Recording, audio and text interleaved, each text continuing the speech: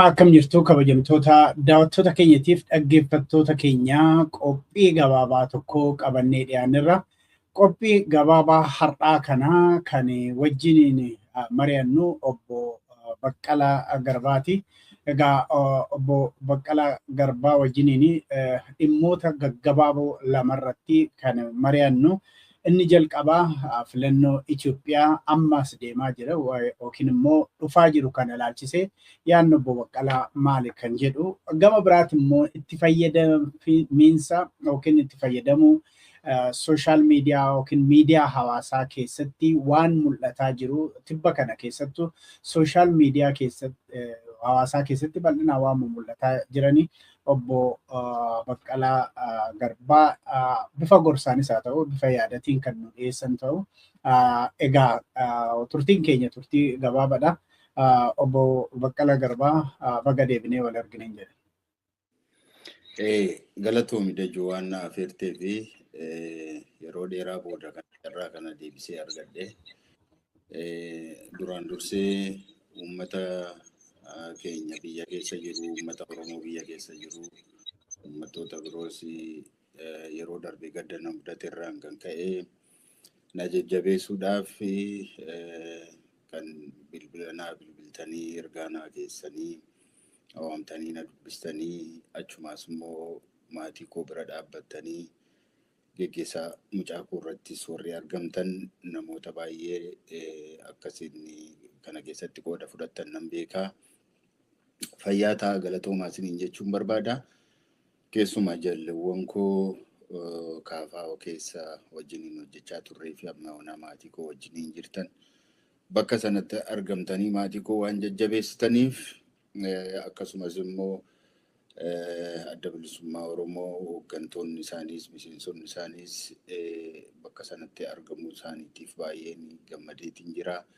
Galatoomaa isiniin jechuun barbaada hundumaatiin as Minisootaa keessattis kutaalee biyya Ameerikaa kana bakka adda addaatiis Awurooppaadhaas bakka hundumaatii ergaa warri naa ergitanii na jajjabeessan hundumaa galatoomaa galanni keessa hin badin jechuun barbaada. Isa booddee egaa kallattiidhaanii gaaffii yoo dajaniin naa kaasee ittiin fufa jechuudha. Nagaa mudaje. Ayyee galatooma obbo Baqqalaa. Akkuma jedhee turtii gabaabaa dhagoona. Egaa filannoon Itoophiyaa amma dhiyaataa akka jiru dhagaati jirra. Mee gama keetiin filannoo ammatti qophaa'amaa jiru kanarratti yaada akkamii qabda akka obbo Baqqalaatti? Galatoomaa irra deebiitii Dajuu. Egaa filannoon amma gaggeeffamuuf jedhu kun yeroo torbaffaadhaaf gaggeeffama. Egaa yeroo kan bara mootii warra turan filannoon turan yeroo garuu isaanii hin lakkoofne. Kanaaf egaa Addawaawwiin iddoo qabate booda isa jiru duwwaadha kan lakkaa'ame natti fakkaata. Torbaffaa kan jedhamuufis immoo sababii kanaaf. Filannoo torban kanneen keessaati filannoodha jedhamee lakkaa'amuu kan danda'u yookaan ulaagaa filannoodhaaf kaa'amee hin guutaa yookaanis immoo guutuutti hin dhiyaata jedhamee kan waamamu akka uummanni biyya keenyaa hundumtuu uummanni Oromoos quba qabu filannoo bara 1997 raawwateedha akka lakkoofsa Itoophiyaatti jechuudha. Yeroo sana adeemsisaas darbee seerrisaas akkaataa waan hundumtuu itti raawwate waanuma ulaagaa filannoo guutu tureen. Maaliif yoo jennee tokkoffaa seerri baheera. Seera sanarratti hundaa'ee hojjetamu hundumtuu seera sanarratti ibsi kennameera. Achirratti leenjiin adda addaa kennameera. Paartileen leenjii adda addaa keessatti qooda fudhataniiru karaa bakka bu'oota isaanii.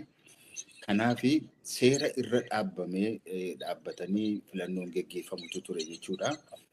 Isarraan kaasee inni 1997 sun yeroo inni murtaa'u dura qophiin godhameera.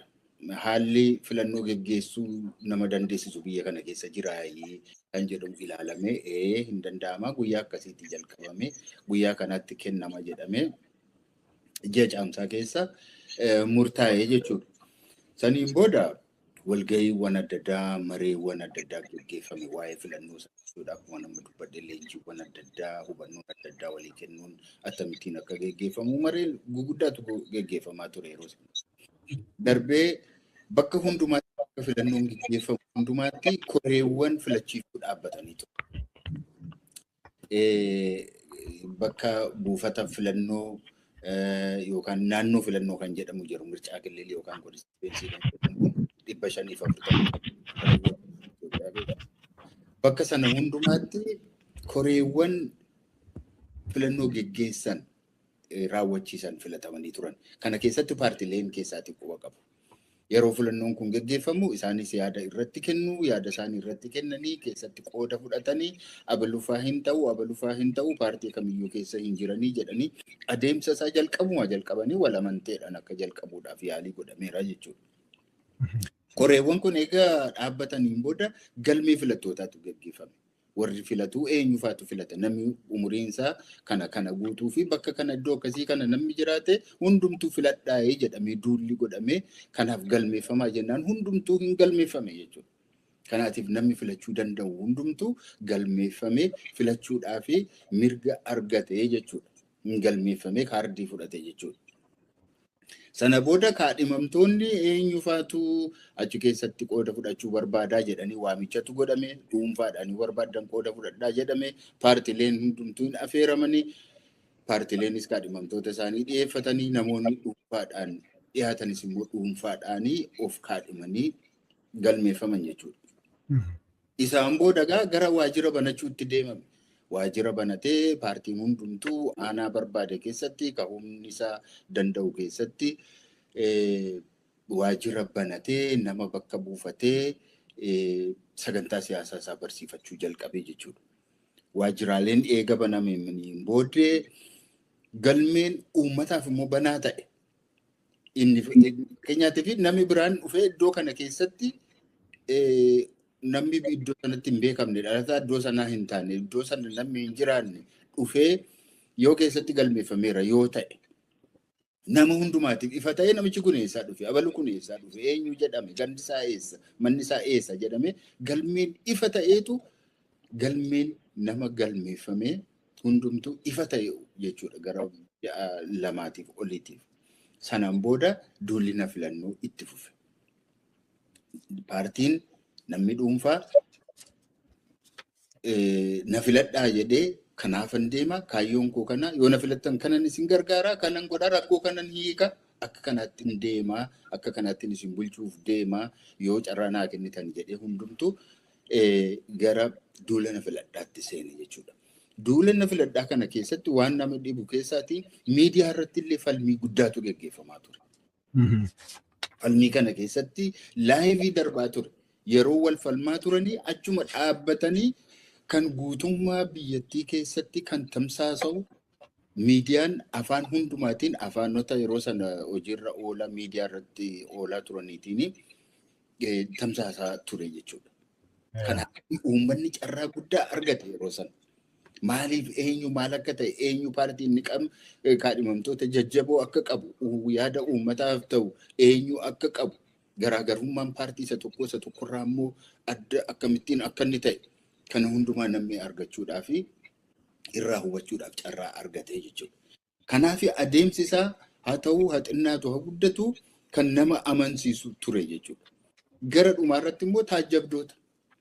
Namni tokko fakkeenyaaf yookaan paartiin tokko bakka dorgamutti eenyu taajjabaa akka ta'uuf. Gaafa filannoon sun korojoon sun akka hin butamne akka hin hatamne eenyu akka eegu namoonni sirriidhaan galmaanii dhufanii kaardii fudhatanii utuu hin dararamin utuu hin sodaachifamin ifaadhaan lisaatiin dhufanii mirga isaaniitti fayyadamanii kaardii isaanii buusuu nama filachuu danda'u isaanii kan mirkaneeffatu bakka bu'aa yookaanis immoo taajjabdoota achi kaa'achuun danda'ameera jechuudha. Bakka hundumaatti. Kana hundumaa eega raawwateen booda guyyaan isaa murtaa'ee sa'aatiin 24 yeroo hafu paartiin kamillee kaadhimamaan kamillee isaan booda duula na filannoo geggeessuu akka hin dandeenye namni yeroo inni itti taa'ee yaadu yeroo inni itti eewuun filachuudhaaf akka barbaadu yeroo inni itti murteeffatu yeroon kennameefii sa'aatii 24 booddee filannoon geggeeffame jechuudha. Bifa kanaatiin hin fakkaata kun amma filannoo fakkaata. Maaliif adeemsi isaa hin fakkaata? Seeratu jira, adeemsatu jira, mirgatu jira. Waan nama amansiisu tokkotu jira. Akkaataan inni itti deemee hubannoo quba qabaachuutu ture jechuudha. Kanaatiif filannoo fakkaata ture. Nammuu gadi ba'ee nama yeroo sana isaaf dhiyaate paartii yeroo sana isaaf dhiyaate kenneef. Haaluma kanaan maaltu ta'e magaalaalee Itoophiyaa keessa jiran baay'ee keessatti addawaawwan hin injifatame. Maaliif namni mirga argate? Paartiilee eenyuun akka filatu hin barate. Kanaatiif addawaawii dhiisetu paartiilee biroo filate jechuudha baay'inaan. Keessumaa Finfinnee guutummaadhumatti paartii mormitiitiin gaafa inni fudhatamu gaafa inni dhuunfatamu mootummaan jedheetu deebi'ee yaada isaa jijjiiree danqaa tokko uumee rakkoo tokko uumee seeraan ta'anii jijjiiree adeemsa isaa yeroo inni karaa burjaajessutti warri filatames aangoo isaaniitti dabarsuun hafee addawaawiin itti fufuudhaaf carraa argate deebi'ee jechuudha. Kanarraa maal barannaa? Yeroo sana silaatii addawaawiin waan kanarraati baratee isa hanqate sana itti guutee gara fuulduraatti tarkaanfachiisuu mannaati uummata magaalaa isa filachuu dide sana adabuudhaaf jecha magaalaa irratti akkuma jirutti uggura itti uume nyaanni akka itti qaala'u godhee midhaan akka mi'aawu godhee akka midhaan gara baadiyyaatti gara magaalaallee hin seenan godhee adabee isaaniin adabuudhaan uummata baadiyyaa kan ammoo akka humneessuutti deebi'e jechuudha. Bifa kanaaniti addawaawiin carraa silaati gara dimookiraasiitti ceesisuudhaaf ture fashaleessee yeroo jalqabaatii fi rakkoo keessa seenuu jalqabee jechuudha. Kanumarraan egaa filatamee 2002tti inni itti aanu mirga yeroo sana kennameen gadi ta'e gaamamu. Mirgi sun cabaa dhufe. Tokkoffaa maaltu ta'e? Fakkeenyaatiif inni miidiyaa laayivii ba'anii wal falman hin hafe. Hafeetu waraabanii kan barbaadan keessaatti gulaalanii kan isaaniif ta'u karaa miidiyaa isaanii dabarsuu jalqaban jechuudha. Wanti tokko eegasiitii kan anis mataan koo kan keessatti qooda fudhadhe inni 2000 suni 2002 suni haga tokko kan daangeffame ta'e jechuudha. Falmiin hin dhorkame sochii irratti illee danqaa tokkotu uumame. Maaliif namni tokko socho'ee baadiyyaa keessa karaa isaatiin socho'ee akka inni uummataa wajjiniin waliin barree fi danqaa adda addaa hamma konkolaataa dhoowwachuufaa kontoraataa isa ta'u kiraayii isa ta'u hamma konkolaataa dhoowwachuutti. Waan isin dhibu keessa anillee bakka hin dorgome yeroo sana dorgomee tan ture bakka hin dorgome keessatti magaalaan keessatti nyaatillee akkanatti hin gurguramne godhan. Hoteela mana hoteelaa seenee namni biraan hin fayyadamaa namni biraan hin nyaataa anaaf garuu nyaata na dhoowwatan natti gurguru. Kuni obbo Baqqalaa baraati lafti lafeedha jette sana? Isa waa'ee lafaa yeroo waa'ee falmii waa'ee lafaa yeroon itti kaase sanadha kun jechuudha 2002 akka kan Itoophiyaatti. Lafti Oromoo lafee isaati kan jedhu. Kan jedhu. Kan booda uggura guddaatu ta'e gamma namoota warra konkolaataa nuu kireessan isaaniin adabuu jalqabanii sababa adda addaatiin namoota mana nuu kireessan isaaniin adabuu jalqabanii namoota nu deeggaran adabuu jalqabanii suutuma suutaan isa 97 irraati cabaa dhufe jechuudha. Mirgi kun wannoosaa itti jabeessaa dhufe harka jabeessaa dhufe mootummaan jechuudha. 2007tti immoo innumtuu isa duraa san caalaatti iyyuu itti hammaate ammamu. Ittuma jabeessaa dhufe jechuudha. Mirga isa duraan kenne sana suutumaan irraa kutaa dhufe jechuudha. Isamma baadiyyaa keessa garaa keenyaatti deemnee sochoonee 2002 amma 2002 bakka itti dorgome keessa buufata filannoo 72tu ture. Bakka filannoo naannoo filannoo tokko keessatti kan irratti dorgomu jechuudha. Bakka sana hundumaa ga'uudhaaf danda'eera miila kootiin deemee ta'e jechuudha. Yeroo lammataa 2007tti garuu sun iyyuu hin danda'amne. Fakkeenyaatiif anumti mataa koo mana hidhaati eegan baheen booda gara beddellee deemee duula na filannoodhaaf paartii kootiif ofii koo hin dorgomu yoo ta'e iyyuu paartii kootiif duula na filannoo geggeessuudhaaf jecha beddelleetti qabanii nu reebaniiru. Barumti mootummaa jechuudha. Magaalaa Beddellee keessatti utuu namni ilaaluu qabanii lafa gangalchanii nu tuman. Isarraati cabaa dhufe. Magaalaa Jimmaatti gaafa baadhu karaatti nu eeganii maal godhanii ammas nu reebanii waan nuyi qabnu qodaa keenya caccabsanii maayikiraafoonii keenya caccabsanii poosterii keenya hundumaa ciranii fixanii waan hundumaa akka nuyi filannoo sana sirriitti irratti hin qophoofne nu godhan jechuudha. Ammas irraa cabaa dhufe jechuudha. Irraa cabuunsaa kun immoo maal fidee himmoonee 96 moonee jedhanitti labsan. Labsanii ji'a 3 utoo hin turin fincilli uummataa ka'e jechuudha. 2007 fincilli uummataa. Maaliif akkuma isaan aangoo isaanii cimsachaa deemaniin, akkuma isaan ugguraa deemanii, akkuma isaan mirga sabichaas sarbaa deemaniin uummati cimee cichoominaan itti deemu jalqabe jechuudha. Kanaaf isaan filatamneerra jedhanii utuu isaan dibbee rukutaa jiranii 2007 ji'a 3 paarlamaan dhufee mana maree seenee otoonni hojii hin eegalin ji'a 3 ji'a 4 gidduutti guutummaa biyyattii keessatti fincilli eegalame jechuudha. Fincilli sun arfan sana akka sanaatti deemeetu 2012tti gara 2010tti Addawaawii TPLF yookaan abuutiin geggeeffamu irraa kaasuudhaaf dirqame jechuudha. Gallakkisuudhaaf aangoo gallakkisuudhaaf. Maaliif maal jechuufaan kana barbaada? Maaliifan kana kaasaa? Hammuma cunqursaa irra tursuudhaaf yaalan, hammuma gadi qabuudhaaf yaalanii uummatichi immoo jalaatti socho'a. Hammuma mirgi isaa dhiitamaa deemu inni immoo fala barbaadachaa deema. Hammuma sana qabsuusaa jabeeffachaa deema jechuudha. Kanaaf fincilli suni 2010tti mootummaa sana aangoorraa kuffiseetu isa ammarra aangoo mootummaa sama keessa jiru kana gara aangootti ol fide jechuudha. Mootummaan ni aangootti ol dhufe sun immoo maal godhe 2012tti waan sanuu caalu godhe. Ammallee hin fooyya'aa isarraa barataa jedhamee otoo jiru isarraa iyyuu hin baran. Gadi qabuun eenyuuf iyyuu hin fayyannee isa jedhu baruu fudhachuu hin barbaanne. Tasumaayyuu mormitoota kan jedhaman namoota waliin dorgomuu danda'an, paartiilee dorgomuu danda'an hunduma isaanii irratti uggura kaa'e. Fakkeenyaatiif nullee mormitoonni hundumti keenya mana hidhaatti nu naqan. Hooggantoota kaafaa, hooggantoota paartiilee mormitoota biroo hunduma isaanii mana hidhaatti naqe jechuudha. Isa duriiyyuu caalaa ila 97 isa ka'u giraafiin isaa gadi bu'aadhuma deeme jechuudha. 2012tti dhufeetu kanarra ga'e. Mormitoota hundumaa hidhe, paartii wannoo isaanii mirga waajjira isaanii hin cufe, qobaasaa gara filannootti seene jechuudha. Fakkeenyaatiif abaaboon keessatti qoodan fudhanne, kaafaawwan keessatti qoodan fudhanne, akka Oromootti eenyu wajjin iyyuu hin dorgomne, qobaasaa gara filannoo deemeetu qobaasaa nan injifadhee jedheetu amma aangoorra jira jechuudha. Amma immoo maaltu ta'e?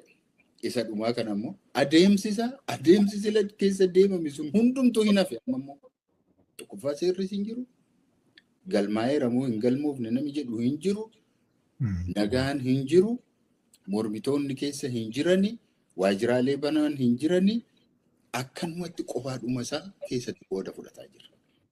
Kaafaa'uu fi abaaboon yeroo lammataatiif filannoo keessaa bahuu hin danda'an sababii ta'eef yoo keessaa bahanii seera biyyattiitiin hin haqamu paartiilee seeraa alaa ta'u sababii ta'eetiif qooda fudhannaa duwwaadhaaf jecha keessatti qooda fudhataa jiru jechuudha. Kanaatiif filannoon kun amma dhuguma filannoodha jedhamee kan waamamu miti. Adeemsa keessa darbuun irra jiru wal amantaa uummanni irraa qabu sabii irraa qabu kan guute miti. Utuu kana ta'e hin gammanna turre. Garuu wanti nama gaddisiisu guyyaadhaa gara guyyaatti gaduma deemaa dhufeetu amma immoo sadarkaa Finfinnee keessaatii gadi ba'anii dhaqanii galmeeffamuun illee hin danda'amne. Dur namoonni dhaqaniitu bakka itti dorgomanitti galmeeffamu.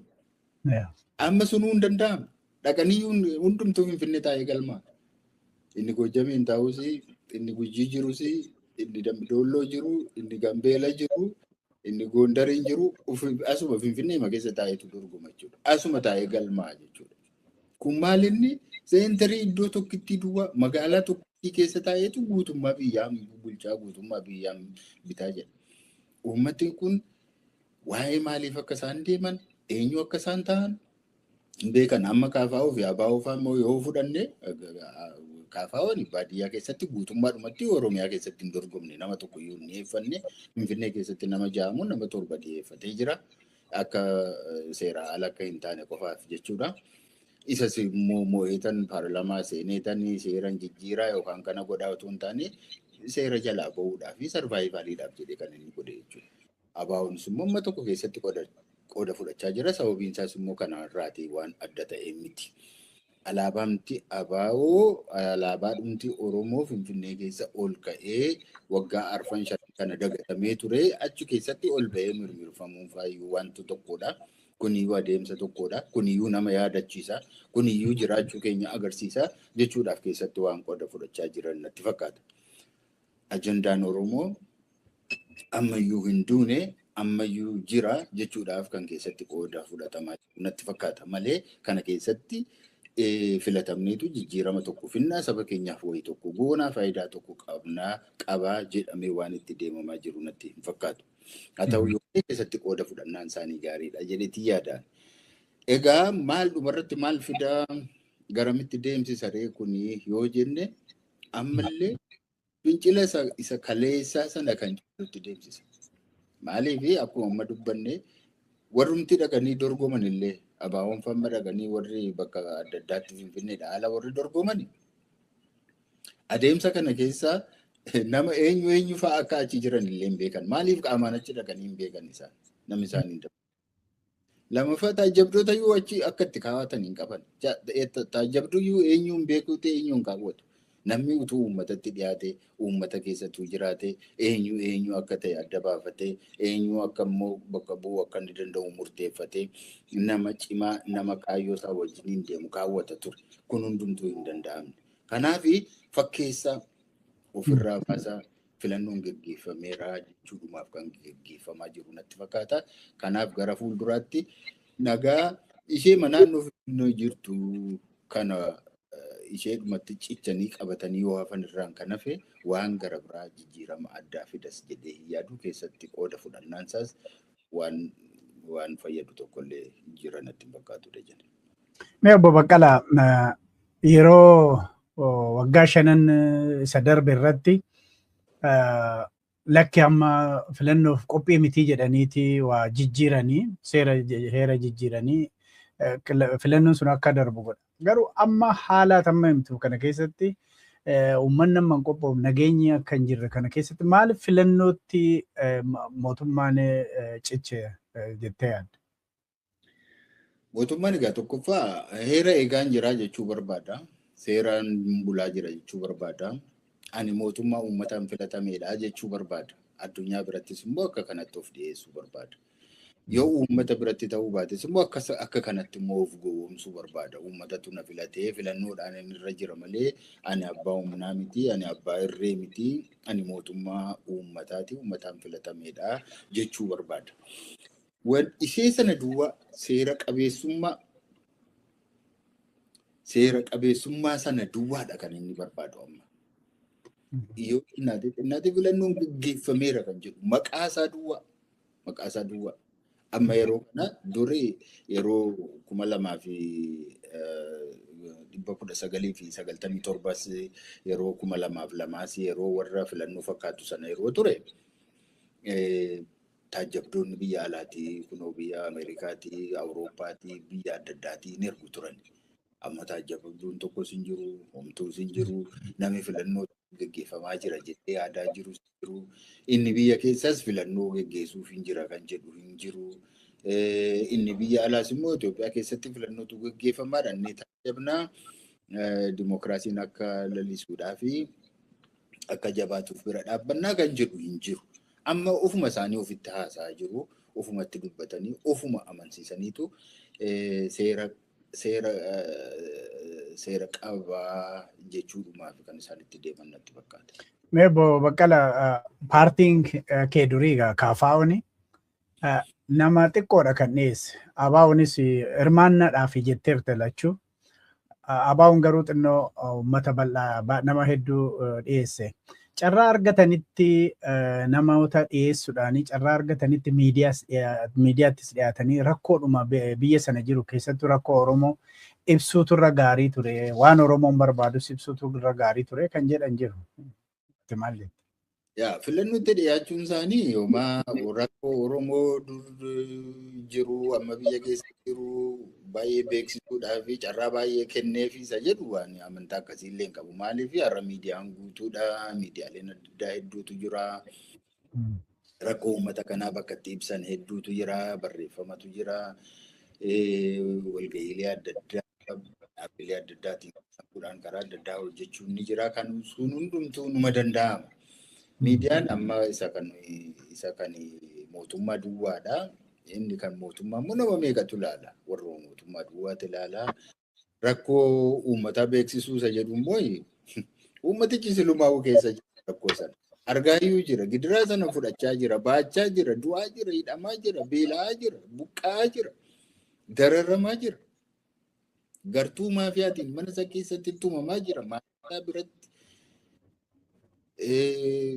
wanti dhala namaarra gahuu hin dandeenye irra argaa jira. Waan itti maniyyuu hin barbaachisu. Uummata kanatti wanti himanuu hin jiru.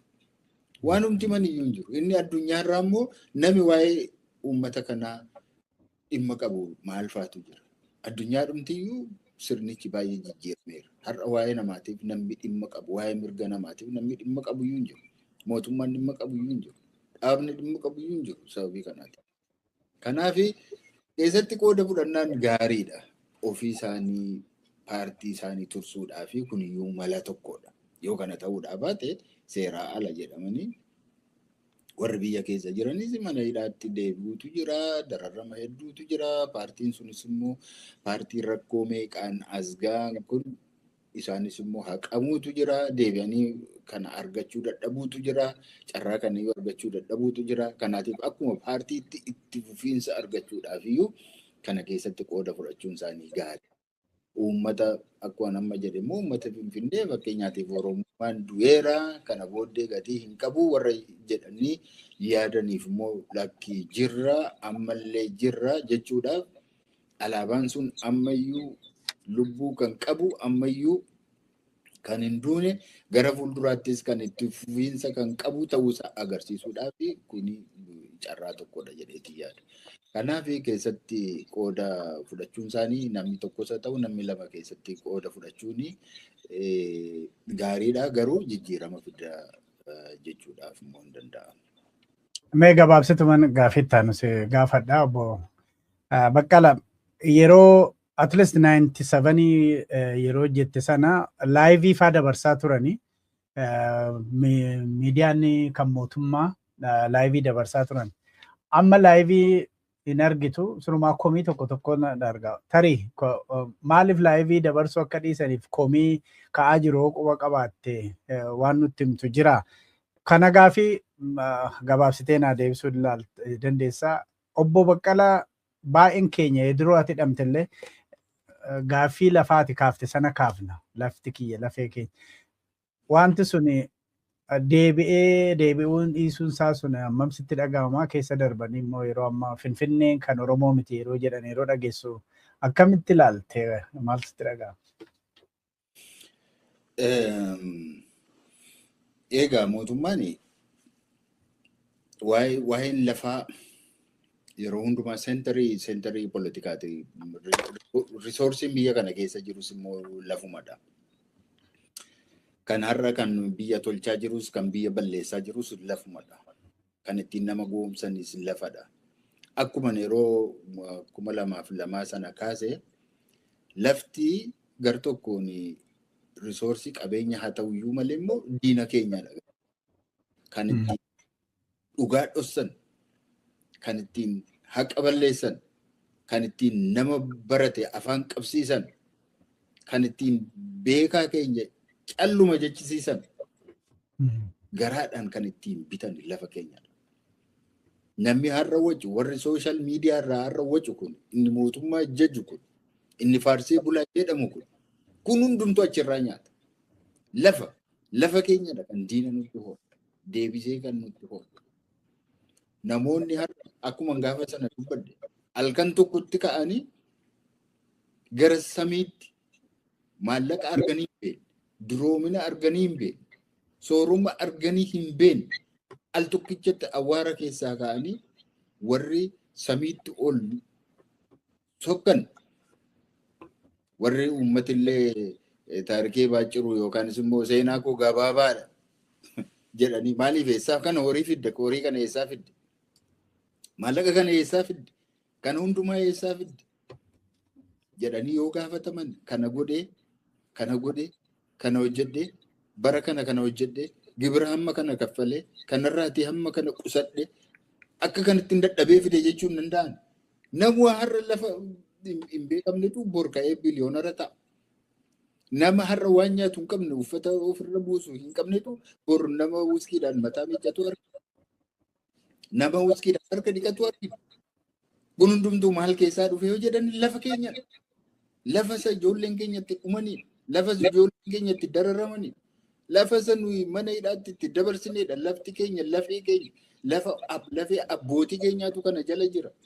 Kanaaf wajjiniin ormi hin fudhatu lafa keenya jennee isa namni meeqa gatii itti baaseti warri sana keessa hin turre, waa'ee maqaasaa hin dhoofne, warri gatii tokko itti hin kaffalle, warri sa'aatii tokko waan sanaatiif hin kaffalle, saantima tokko waan sanaatiif hin kaffalle, har'a itti yaa'ee bineensatti ta'ee sanuu ijoollee waan sanaatiif falmaa turan diina godhanii adamsanii akka bineensaatti ajjeesanii fixaa jiru.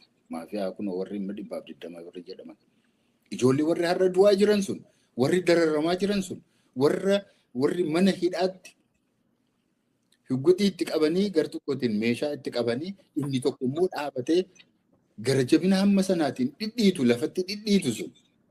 Isaan sun ijoollee falmaa turanii, warra lafa isaaniif saba isaaniif falmaa turanii, warra eenyummaa saba isaaniitiif falmaa turanii. Warri kana gochaa jiran immoo warra yeroo sana eessayyuu hin turredha. Kanaaf wanti nuyi jechuu dandeenyu lafti gaafa sana falmameef sun bu'aa buusee ture. Qabsoon yeroo sana geggeeffame 2018tti 19tti bu'aa buusee ture. Bu'aan sun akkuma argine hin butame. Warra achi hin jirre hin butame. Warri duraaniyyuu warra nama miidhu sana keessatti qooda fudhatanii achi keessatti guddatanii miidhame deebi'e. Sabi sun harki isaa daaraa hare. Deebi'ee iyyuma isaatti deebi'ee biyya isaa keessaa iyyuu bahee har'a buqqa'iinsi bakka hundumaatti, beelli bakka hundumaatti, sodaan bakka hundumaatti mana isaa keessatti nagaa dhabee kunoo Finfinnee keessaa gadi bahee dhaqee maatii isaa owwaallatee dubbisee nagaa gaafatee deebi'ullee dadhabee filannoodha jedhamee immoo har'a kanaatti jijjiirame jechuudha. Kanaaf ani kanarratti waan an jechuu danda'u haalli amma jiru guyyaadhaa gara guyyaatti kan fooyya'aa deemaa jiru osoo hin taane isa duriirraa baratamee gara fuulduraatti tarkaanfataa kan deemaa jiru osoo hin taane akka waan kaleessa waan sun hundumtuu hin raawwatanitti akka waan hin arginitti bifa daraniyyuu hamaa ta'eetiin deemaa jiraachuu isaati kan natti mul'atu. Tarii akkamitti keessaa ba'uun danda'ama jettee yaadda Baqqala? Egaa sabi cunqurfame sila akkuma jedhee akkuma dararaan itti hammaataa deemu qabsoon isaa hammaataa akka inni deemu beekamaadha. Eega duuti nafnee fi eega hidhamuun hin hafnee fi eega rakkachuun hin hafnee fi qabsoo keessatti qooda fudhatee rakkachuu wayyaaf. Eega du'uun isaa nafne mana isaa keessa taa'ee du'urra falmatee du'uufaa yeroo inni itti filatutu dhufa. Eega rakkachuun isaa nafne qabsootti dabalamee irratti qabsaa'ee karaa nagaasa ta'u, karaa meeshaatiin isa ta'u, qabsaa'ee kana jijjiiruun qabaa isa jedhutti murtee sanatti akka inni deemu beekamaadha. Humni warri abbaan aangoo, warri abbaan irree humna isaanii akka qabatanitti akka mootummaattis, akka dhuunfaattis, akka biyyaattis hafanii hin beekan. Biyyoonni jajjaboodha jedhan kufaa jiru, kufaniiru. Namoonni humna qabu jedhan humna isaanii eenyullee taanaan jala dhaabbachuu hin danda'aman warri jedhan kufaatii isaanii ija keenyaan agarra. Kan kanaas kan maxxatee kufaatiin kun daraniyyuu hammaataa ta'a. Kanarra otoo akkuma sila dubbanne isa har'a qaban irratti xiqqoo fooyyessaa deemani. Filannoo kanatu fooyyessaniiru osoo ta'e. Otoo nama qooda fudhachiisaniiru osoo ta'e.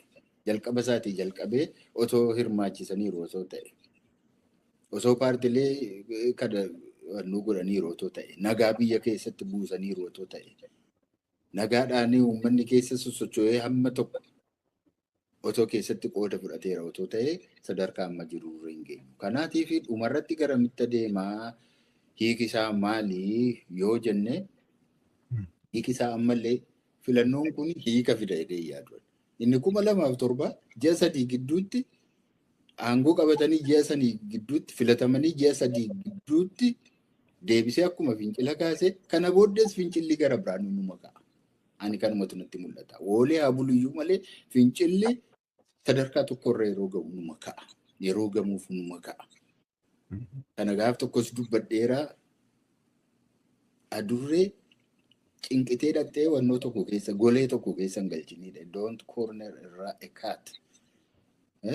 Gaafa waan gootu dhabdu asiinis achiinis gaafa lafatti baqattu yeroo dhabdu sumattu taaltee suma keessaa ta'e ija si keessaa baafatti. Kun beekamaadha. Maadhala namaa akka kana godhu. Mahamma kanaan ga'u. Mahamma kana dararu. Maal ta'a hamma tokko oolee haa buluuti hamma tokko xinnoo masee yoo kunuunsan xinnoo masee mirga isaa yoo kabajaniif xinnoo masee akka namaatti yoo laalan akkuma dhala namaatti yoo laalan waan biraan oofu. Amma namni waan baay'ee isaa eenyutu na bulchaa baadiyyaatu na bulchaa nama eenyu jedhamutu isa eessatti dhalatutu na bulchaa miti. Nagaamaan oolee bulee rakkinuma isaa wajjin xiqqoo masee rakkinuma isaa wajjin oolee bulee jiraachuu yoo barbaada. Sattuun dhabe amma kanaaf gaafa kana dhabu egaa dhiiroo maal hin godha jechuun sana. Eega naannoollee ittuman deemaa guyyaan itti jedhutu dhufaa hamma guyyaa sanaatti eeguun barbaachisaa miti. Ogummaa yoo qabaataniif amma guyyaa sanaatti eeguun barbaachisaa miti. Kun filannoodha jedhaniis immoo filatamneerra jedhanii taa'uunis barbaachisaa miti. Isaan akka amma arginutti filannoo kana booda callisanii taa'uuyyuutu hin taane tarkaanfii gara biraa kan dubbii hammeessu iyyuu walitti tarkaanfii akkasii fudhachuudhaaf akka isaan jiran numa argina. Karoora isaaniis argaa jirra. Isaanis nutti himaa jiru dhaga'aa jirra. Kun hin deemsisu. Ammallee mootummaa ce'umsaas isaan dhaga'uun barbaanne sun mootummaan ce'umsaa ammallee dirqama. Kan hundumaa hirmaachise, kan warra hidhatee bosona jiru hirmaachise, kan warra qawweedhaan lolaa jiru hirmaachise, kan warra karaa nagaa qabsaa'aa jiru hirmaachise, kan golee biyyattii hundumaarraati walitti dhufee nuu ta'aa jedhanii kan isaan ijaaran, kan isaan irratti deebi'anii taa'anii haasa'an yoo kam goone nuu wayyaa kan isaan jedhan. Wanta akkasii mootummaan ce'umsaa haala mijeessu akkasii yoo hin uumamne ammallee filamneerra jedhanii yoo filatamanis yoo dhiisanis waan faayidaa qabu. Kanaaf naanna'ee ittuma waggaa meeqa dubbannaa har'allee mootummaa ce'umsaa sanatti gara sanatti deemuun barbaachisaadha. Filannoodha jedhanii kanarratti horii baasuun horii ishee hin qabne kanayyuu baasuun gatii hin qabu garuu horiinis ba'aa hin jiru. Wanti ba'us hin jiru. Isaanumatu nyaatu utuu filannoon gaggeeffamu isaanumatu nyaata yommuu filannoon isaanumatu nyaata isaanumatu balleessaa yeroo horiin kanarratti ba'aa jirus yoo filannoon gaggeeffames yoo wanti oolis horiin oolus nyaachuun isaanii jechuudha. Kanaaf ani kanatti fakkaatutti naanna'ee kan hunda hambate mootummaan ce'umsaa tokko ijaaru taate biyyattiin itti fuftuu qabdi yoo ta'e. Gaariidha. Waa'ee filannoo keessaa baanee gara mata duree lammaffaatti ceena Baqqalaa. Egaa dhiyeenya kana gama sooshaal miidiyaati yookiin miidiyaa hawaasaatiin dhimmoota adda addaa irratti waan adda addaa kaa'amee wal mari'achuu, wal falmisiisuu wanta akkasii hin mul'ata. Isaan keessaa tokko kitaaba obbo Leencoo Lataa eebbifamuudhaan kan wal qabate. Egaa waan adeemaa jiru kana attamitti ilaalteeti? Galatoomi Dajuu. namoonni umriidhaan bubbulanii qabsoo keessattis qooda fudhatanii qabsaa'onni keenya hangafoonni keenya akkamittiin qabsoo kana akka asiin ga'anii yoo utuu isaan barreessanii nuu kaa'anii achirraa immoo irraa waa barannee baay'een barbaadanii san hawwaa turedha. Akka inni ta'us immoo isanitti gammaduudha. Namni muuxannoo qabu waa'ee sana booda hoomaayyuu akka godhuuf miti kan inni barreessu. Garuu dhaloonni itti aanu sarraatii baratee lafanni dhaabbate irraa ka'ee gara fuulduraatti akka inni deemuufidha. Kanaaf qabsaa'onni keenya hangafoonni keenya kitaaba barreessisuu isaanii baay'een barbaadanii baay'een jaalladhasi. Kanaaf haala gaariidhaan simadhe jechuudha. Walumaa galatti kanan jechuu danda'u hangafoota keenyaaf kabajaan isaan barbaachisa. Nuyi uummata aadaa qabudha. Akka har'aa kanatu hin taane uummata aadaa qabudha. Akka har'aa aadaan keenya badaa deemee kana miti. Akka itti walitti dubbannu qabna, akka itti walitti haasofnu qabna. Abbaan ofii yoo balleessis abbaadha. Abbaan ofii yoo dadhabaa ta'es abbaadha. Yoo beekaa ta'es yoo wallaalaa ta'es abbaadha. Hangafooti keenya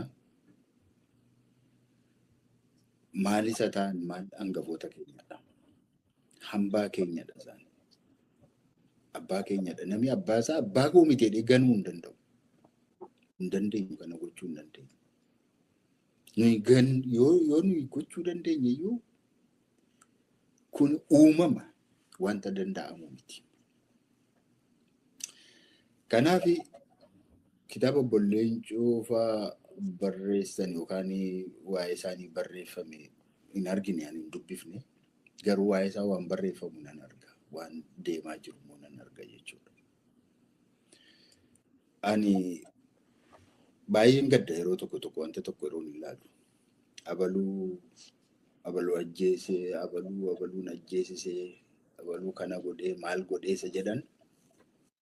Kun aadaa yeroo dhiyoo keessatti baay'ee dagaagaa dhufedha. Durumaayyuu jira, aadaa saba hundumaa keessa iyyuu jira. Garuu amma immoo baay'ee dagaagaa dhufeera. Ani maalis yoo ta'e maal fakkeenyaatiif namoota amma waa'ee isaanii ka'u kanaa waa'ee obbo Baaroosa ta'uu, waa'ee Badhoosa ta'uu, waa'ee Jaarraa Abbaa Gadaa ta'uu, waa'ee Obbo Leencoo ta'uu, waa'ee warra biroos ani wanta tokko duwwaa yaada. Maaliif achi dhaqan jarri sun gaafa sana? Maaliif deeman iddoo deeman sana? Iddootti wareegaman sana maaliif deeman? Badhoon nama yuunivarsiitii baratee fixeedha. Baaroon nama yuunivarsiitii baratee fixeedha. Ogummaa adda addaa nama qabudha. Beekumsa adda addaa nama qabudha. Hundumti isaanii fiildii isaaniinis beektota, akka Oromootti sabboontota, akka dargaggummaatti dargaggoota, akka humnaatti warra humna qabanidha. Eessattiyyuu warra jiraachuu danda'anidha. Maaltu achitti wal isaan qabe gaafa sana? Maaltu isaan geesse?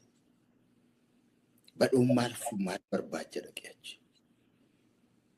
Baaroon maaliif deeme iddoo sana? Leencoo maa dhaqe? Jaarraan maa dhaqan? Waa tokkotu walitti isaan qabe. Waa tokko walitti qabu. Oromummaa walitti qabu. Jaarraan ofiisaatiyyuu ilma sooressaatii. Nama of gaadhaa, nama waan hundumaa gochuu danda'udha. Maaltu isa geesse? Maaltu bosonatti isa geesse? Waa'ee saba isaatiiti. Waa'ee quuqqaa saba isaatiiti. Anaannatti toleeraa waa'een saba kanaa nan galchuu hin jedhe. Leencoo fa'aani keemikaala injineriidhaan nan galchuu asii faabrikaa tokkotti itti gaafatamaa ta'ee hin jiraadhaa hin jedhe. Baaroo fa'aan faarmaasistiidhaa akkasii hin jenne. Badhoon fa'aan barnoota akkasiin qabaa yuunivarsiitii fixeeraa maaloodhaa hin jenne. Saba qabna, saba mirgisaa tuqame.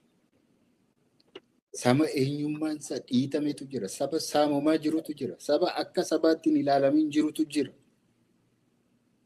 Waa'ee saba kanaa nu quuqaa sabi kun hin maluuf jedhanii warra achi gaafatan. Waa tokko hin qaban. Qonna walitti aanee qabu hin qaban. Daldala hin qaban. Maal hin qaban jarri kun. Daldala irratti wal hin lolle. Qonna irratti daarii irratti wal hin dhiibne. Dantaa adda addaa irratti wal hin lolle. Kan isaan dhaqaniif waa'ee saba isaanii. Gaafa nuyi of hin beekne. Gaafa eenyuyyuu hin beekne riba walakkaa jiru. Warra of beekan, warra dammaqan, warra utuu jiraachuu danda'anii jireenya isaanii wareeganii, ijoollummaa isaanii, dargaggummaa isaanii wareeganii bosona keessatti warra wal arganii. Abbaan barbaade abbaa fedhe yoo ajjeese anaaf inni isa itti aanuudha. Waa tokkotu isaan geesse achi dargana. Yoo wal dhabanis waan biraa irratti wal dhabamne waa'ee saba isaanii, waa'ee adeemsaa ta'uu danda'a. Waa'ee kana wayyaaf sana wayyuu ta'uu danda'a. Kanaan ala waan ta'uu danda'u hin qaban. Waa'ee isaan irratti wal dhaban hin beeku. Garuu waan isaan irratti wal dhabuu hin dandeenye immoo beeku. Dantaa mataa isaaniif jecha wal dhabuu hin danda'an jarri kun waliin dhaban. Utuu dantaaf ta'e hin naqan iddoo sana. Utuu dantaaf ta'e iddoo sana iyyuu hin naqan. Gadheen iddoo sana dhaqxee hin beektu. Warri dantaaf rooraatu ammallee ganda keessa deemtee feesbuuk irratti, sooshaal miidiyaa irratti uummata walitti dirti, uummata wal ficcisiifti malee iddoo dhiiraa sana iddoo namaa sana nattu lafa namni dhaabbatu nattu. Jarri kun warra murteeffatanii dhaqanidha. Ilmaan sabaati jedha. Kanaatii fi akkuma kaayyoo tokkoof manaa ba'anitti, akkuma saba isaaniif manaa ba'anitti wal ajjeesanii gaarummaan isaa immoo boolla tokkotti owwaalaman. Ani isa duwwaatu na gammachiisa. Baga boolla tokkotti immoo owwaalaman. Akka kaayyoo tokkoof manaa ba'anitti, akka saba isaaniif falmanitti, akka ijoollummaa isaaniitti wareeganitti baga boolla tokkotti immoo owwaalaman. Nuyi maaliidhaan har'a nu waccisiisu kun achirraati. Dhaaba kamiidhatu waliin miidhin, waliin ajjeesin, waliin lolin, walitti hin darbin. Namni tokko amma ka'ee daqiiqaa 20-30 booda ofiisaa wajjin wal lola nama biraa miti. Kana gochuun koo kanan turre akkas sila kanan balleesse ofiin jedha deebi'e. Nama biraa miti. Ofiisaa wajjin wal lola nama. Ofiisaa wajjin wal lola. Namni amma nama amma immoo bineensa. Haala jirutu nu jijjiira. Waan jirutu nu jijjiira. Nuyi muka miti. Namadha. Nama miira qabuudha. Miira keenya immoo waan kumaaf meeqatu tuquu danda'a. Qalbiin keenya miira keenya wajjin hin jijjiiramu. Amma wal lolla, amma of lolla deebifne. Wanta nuyi irratti wal lollu sana duwwaadha wanti maatarii godhu. Waa'ee saba keenyaatiif. Kanaaf abbaan fedhe yoo ajjeese anaani ilmaan Oromooti anaaf. Kanaaf uummanni keenya yeroo inni har'a abalutu balleessee, abalutu tolchee, kana godhee inni jedhu keessuma. Warra guyyaa tokko wanta tokko gumaachee hin beekne sa'aatii tokko saba isaatiif kennee kan hin beekne. Qabsaa'ota gidduu darbee immoo uummatoota gidduu rakkoo uumuudhaan rakkoo uummata kanarra jiru babal'isuu barbaadu. Isa duwwaatu na gaddisiisanaan. Jarri kun ammatu jiraataniiru yoo ta'e yookaan mana hidhaatti faaduu akkuma Hayileefaa maaltu beeka. Yookaan immoo iddoo biraatti wareegamu. Yoo nagahuu isaanii hin beeknu utuu jiraatanis. Eegufaatu jira hiriyoonni isaanii. Umuriidhaan kunoo jaarraan faas darbaniiru. Warri kaanis immoo warri hiriyoonni isaanis immoo baay'een darbaniiru akkuma kana. Garuu hamma gaafa jiranitti saba isaaniif falmaniiru. Ilmaan sabaati warri kunii isa jedhuun qaba'ani. Namoonni har'a rakkoo isa fuula keenya dura jiru dhiifne. Otoo isaan hin jiran ta'eeti har'a maal taana turranii laata? Otoo isaan hin jirre lafa har'a jirru hin jirru uummatu waan fedhallee ta'e. Otoo isaan gaafa sana hin jiraanne otoo kutatoota namoota akkasiitu hin qabnu ta'e haala har'a jiru irra hin jiru. Waan wal lusin hin qabnu ummatu gabaabaadhumatti biyya Oromiyaa jedhu hin qabnu turre. Akka Oromiyaatti wallaggaa iyyuu dhiifnee turre. Inni kaan ani Baaleedha jedha, inni kaan ani Wallaggaadha, inni kaan ani Shawaadha jedha, inni kaan ani Abaluu jedha, inni kaan Abaluu jedha malee Oromoodha jechuun yeroo itti dagatame ture. Jara kanatu tokko nu godhe deebisee fide. Uummata adeemsa keessa gargar faffagaachaa ture, wal irraanfachaa, wal dagachaa ture. Ilaa biyyi kee asii ka'ee as ga'a. Seenaan kee kana fakkaata. Dhufaatiin kee iddoo akkasiiti. Ati Abalu afaan akkasii qabda, duudhaa akkasii qabda, seenaa akkasii qabda. Kanatu immoo sii mala qabeenyi kun keeti jedhanii kan ija keenya kan nuu banin isaan. Kana akka salphaatti godhachuu hin dandeenye. Waan isaan gaafa sana hubatan har'allee nu hubatin jirran. Waan isaan waggaa 50tti wareeganiif har'allee nu hubatin jirran. Iji gaafa sana isaaniif baname har'a iji keenya hin banamin jira. Utuu iji keenya baname waliin lollu asitti. Waliin lollu. Isaan ganda keessa deemanii wal loluu wallaallee durumayyuu. Akkamma goonu kana akkamma namni keenya tokko godhu kana ganda keessa taa'anii mootummaan maallaqa isaanii kaffaluutiin arraqee dhuganii ganda keessatti wal loluu hin danda'aman turan.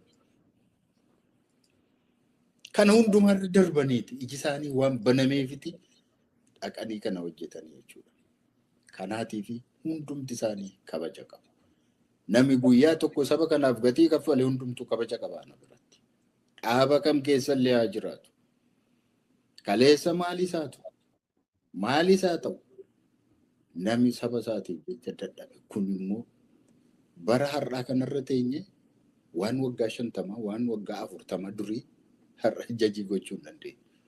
Tukkas ta'eera ta'e jechuu hin dandeenye. Iddoo sanatti gaafa sana taanee argamuu nu barbaachisa.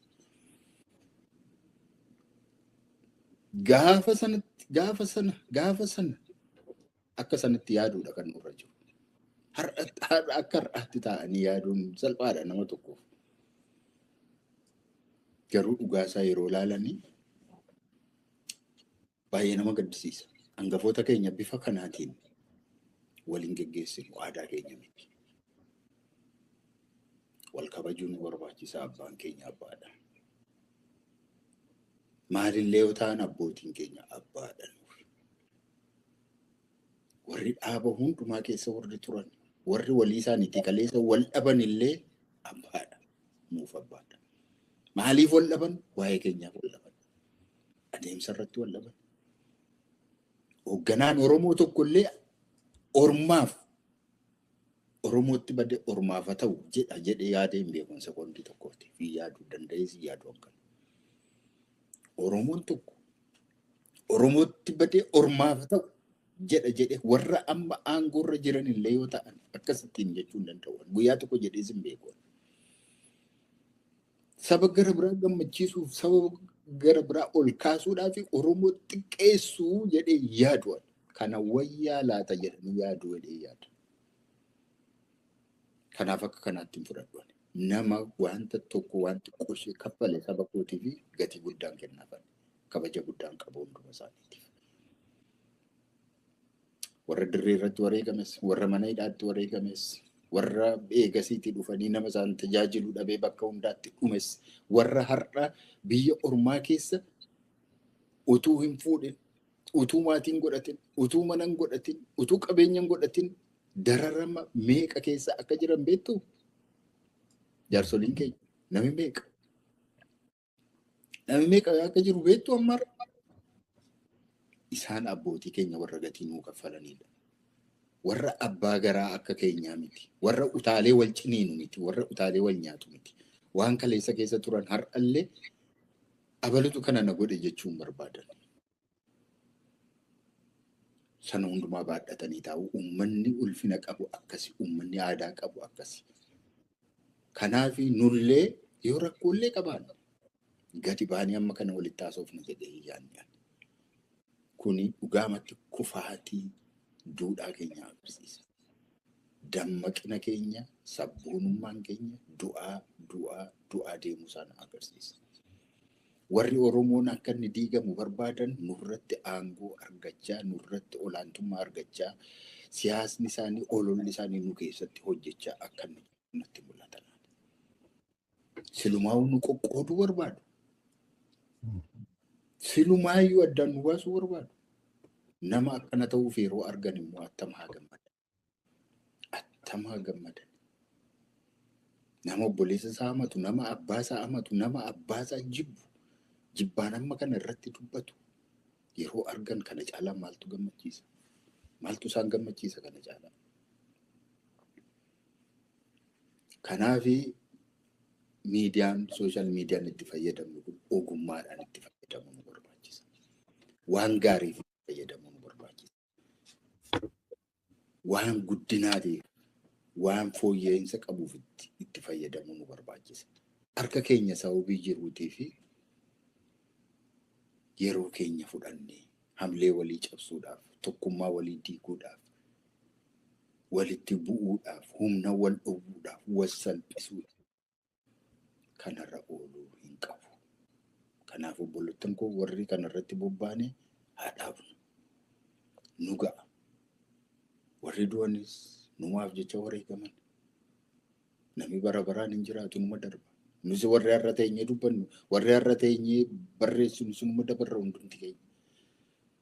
Kanaafi waan akkasiirraa of qusachuun baay'ee barbaachisaadha. Keessumaa conspiracy theory yaadiddama shira namni tokko yeroo inni wayii tokko godhu kana gochuu yaadeeti, kana gochuu barbaadeeti hin jennu adaraa keessa. Waan inni gochuu barbaade isatu beeka. Waan inni godhe duwwaadhaan madaalannu. Isayyuu immoo waan hambifannu baay'ee qabna. Waan hundumaa gadi baafnee hin dubbannu. Waan uummata keenyaaf ta'u duwwaa malee waan uummata keenyaaf hin taane utuu qusanneeti gaariidha. Hamaalleetu ta'e haa qusannu, walaa qusannu. Namni wal abdatu dhagaa irratti waliin kuffisuudha Oromoo. Nama abdatan wallaansoo humnan qabatanii dhagaa irratti hin kuffiftan. Hin ta'u Oromoon akka kanatti yaadu. Namni namaaf qoricha, Oromoon Oromoodhaaf qoricha. Wal malee kabiraas hin qabnu nuti. Namas walitti kolfisiisuun nun barbaachisu. Namas olaantummaa kan inni irratti argatu kan nu caccabsu gochuun hin barbaachisu. Namnis tokkummaa keenya akka diiguuf hayyamuun nun barbaachisu. Inni wareegameera. Gaafa manaa ba'an wareegamuudhaaf manaa ba'an isaanii. Isaan warra qabsoo hidhannootti amanu, warra paartii hoogganu dhiisaati. Numti warrumti qabsoo karaa nagaa geggeessinu illee akka duun jiru, wareegamni akka jirutu beekuuti kan keessatti qooda fudhannu jechuudha. Namni siyaasa keessatti qooda fudhata hundumtu wareegamni booddeessa akka jiru beeka. Kanaaf jarri kuni har'asa ta'u, borisa ta'u, gaafa sanisa ta'u, isa booddeessa ta'u, wareegamni isaanii hin oolle. Hundumaa wareegamu turan. Wareegamaafis immoo of kennan. Maal caagulaa shirri maalii dhaqan bosona keessa? Sirba maalii dhaqan? Wareegamaaf. Kanaafi adaraa keessan wal haa qusannu. Miidiyaa kana waan gaariif haa fayyadamnu. Wanta tokko otoo hin barreessin dura kun uummata koo laaffisa moo hin jabeessa? Tokkummaa isaa hin ijaaramoo hin diiga? Qabsoo kana hin finiinsa moo booddeetti deebisa? Na fayyadamoo hin fayyadu? Yoon dhiise maalan ta'a? Yoon kana godhe moo maal balleessa? Eenyuun miidha laata? Maal ta'a wal miidhuurraa yoo of qusanne jedhama? Maal ta'a yoo wal miidhuurraa wal qusanne? Maal nama kolfaa wal goone si alaala? Namni afaan kana beeku attam gammada yeroo kana laalu yeroo inni wal salphifu. Kanaaf ani waan an jechuu barbaade nama baay'eetu of ajjeese dajuu beekta. Sooshaal miidiyaa irratti nama meeqatu of ajjeese gidduu kan akka laalu. Arraba keenya maa wal ajjeefna jamaa? Maa wal ajjeefna akkattiin uduu jirra, akkattiin udu'aa jirra. Maa garaa walitti jabaanna? Du'a obboleessa keenya irraa maal arganna? Du'a obboleettii keenya irraa maalidha kan nuti argannu? Sababii maaliif wal madeessina? Ijoollee dargaggoo meeqatu dhume sababii sooshaal miidiyaa kanaatti. Waan hin taane walii jedhanii. Wal balleessuudhaaf viidiyoo waraabanii kan taa'anii kana gadi lakkisaa maaloo jedhan inni kaan bishaan buusan inni kaan maalirraa wal darbatan inni kaan elektirikii qabatan inni kaan summii dhugu inni kaan maaliin wal fixa uummanni kun. Kanaaf hin uumamne teknooloojiin kun maaliif wal fixa waan gaariitu ittiin hojjechuu dandeenya.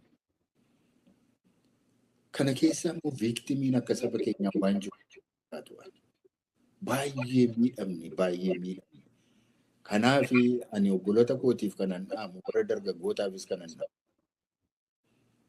warra siyaasaafis kanan dhaamu adaraa keessatti ani immoo maalan godhe gochaan koo kun eeguuf gumaacha maal gumaacha maal miidha maal balleessa jedhaati yaada utuun barreessine waan beeknu hundumaan barreessine waan mufannu hundumaa gadi baafnee hin dubbannu waan nu gaddisiisu hundumaan balaaleffannu nama jibbinu hundumaan abaarru gadi baane. Namadhaan waan kaan waan garaa keenya keessa waan wal dandeenyu baay'eetu jira. Garaan keenya bal'achuu qaba. Oromoon garaan isaa bal'aadha. Walii isaatti akka kana garaa walitti jabaachuun isaa baay'ee na gaddisiisa. Kun itti fufa jedhee yaadu gaarummaan isaa namoonni bebbeekoodha jedhaman namoonni jajjaboodha jedhaman waan kana keessatti qooda fudhataa hin jiran. Qooda fudhataa hin jiran.